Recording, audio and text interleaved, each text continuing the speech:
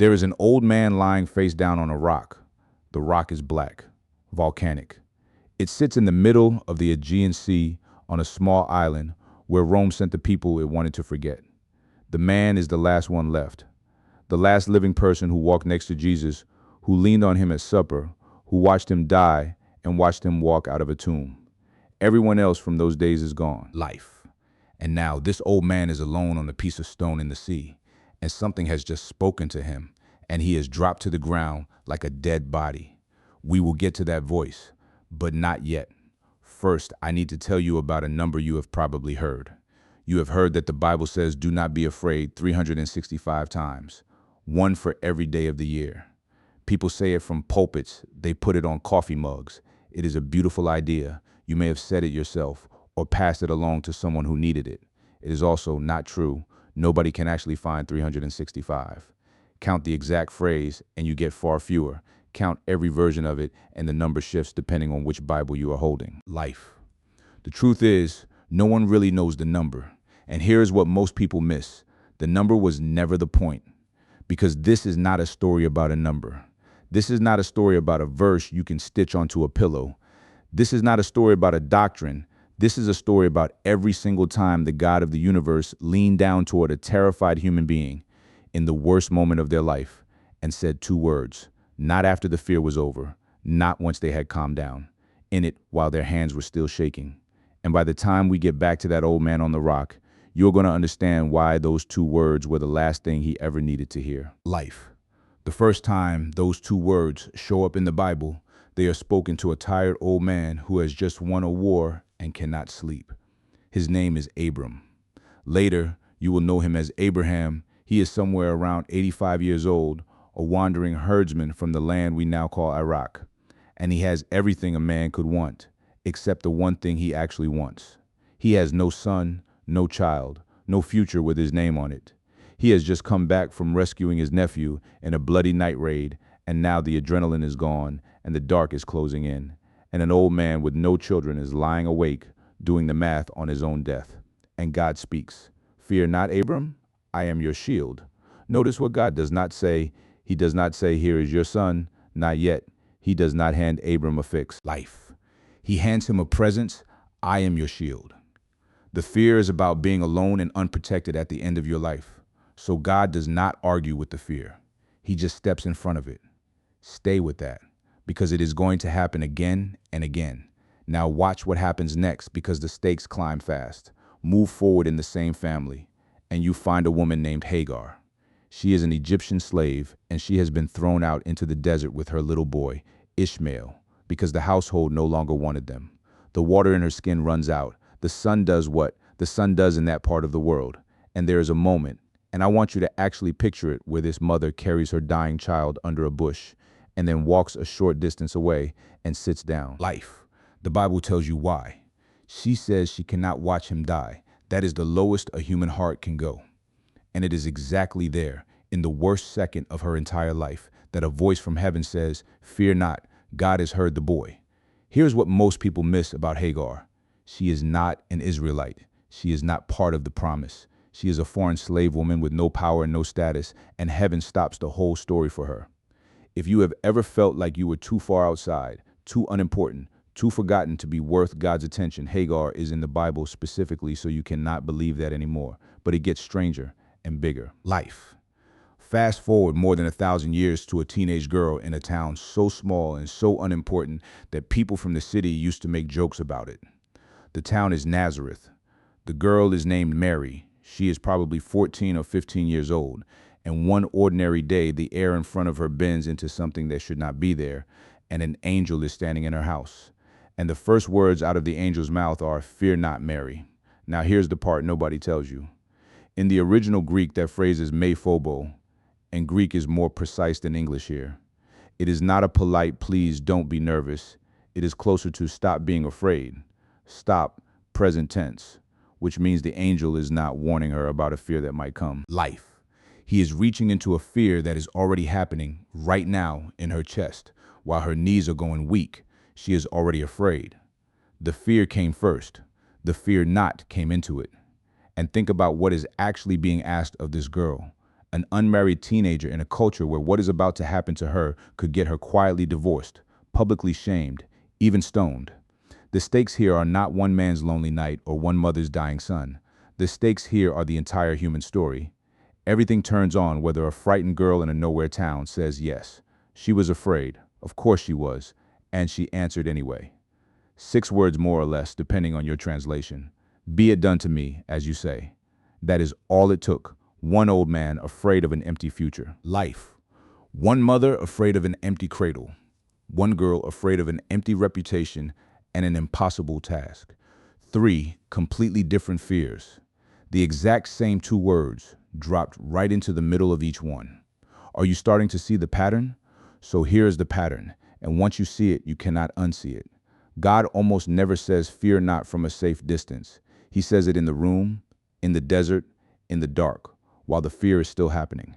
If that is landing for you, do me one quick favor, hit subscribe, because the back half of this is where it goes from interesting to personal, and drop a comment with the one fear you wish someone would step into with you right now. I read them. Okay, back to it. Let me take you to the worst possible moment to hear good news. Life. There is a man named Jairus. He is not a nobody. He runs the local synagogue. He has standing. He has respect. And none of it matters because his 12-year-old daughter is dying. So this respected man pushes through a crowd, falls down in the dirt at the feet of a traveling teacher named Jesus and begs, and Jesus starts walking with him. And then they get interrupted. And while they are standing there, messengers arrive from Jairus' house with the 4 words every parent rehearses in nightmares. Your daughter is dead. Picture his face. You have seen that face. Maybe you have worn it.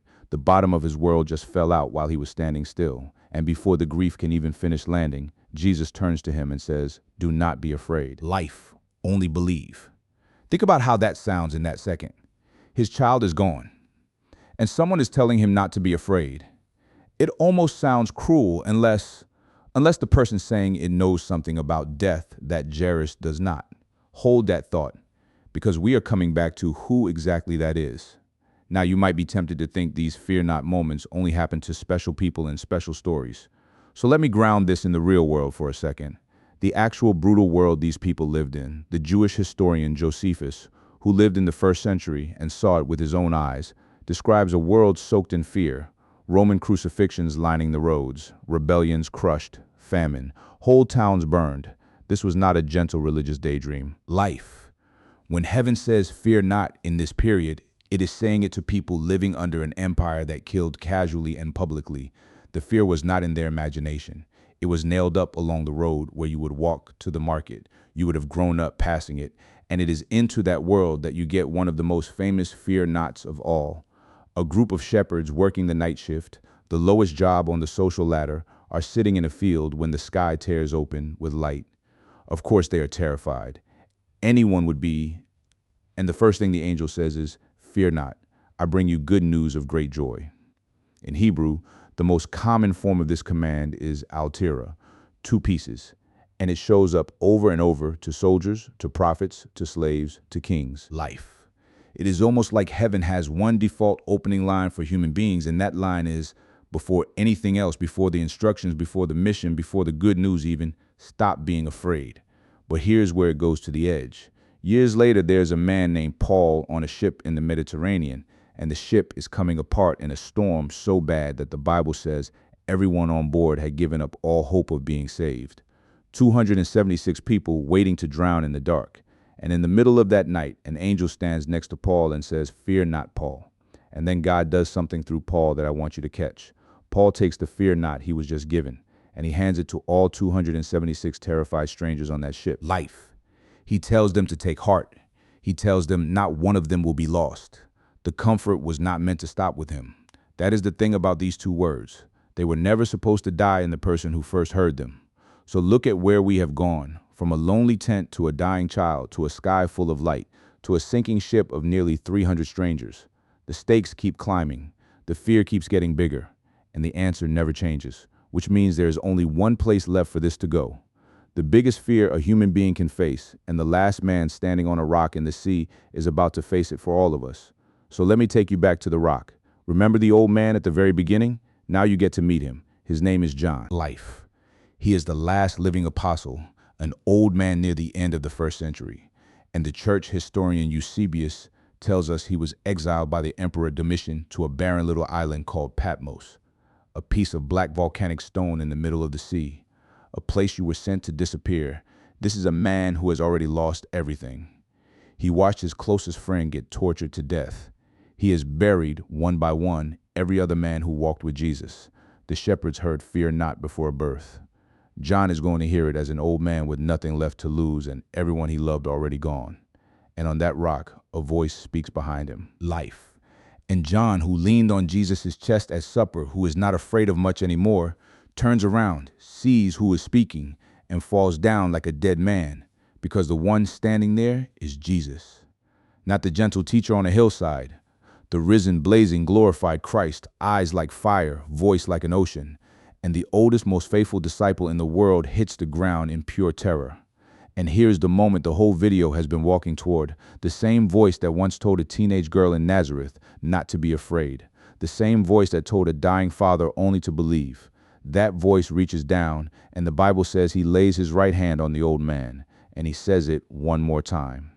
Fear not, I am the first and the last. Do you feel that? It is the same two words, life. From the first old man in Genesis to the last old man in Revelation, beginning to end. The entire Bible is held up on both ends by the same hand in the same sentence. Now let me bring this all the way home to you. You know the fear I'm talking about.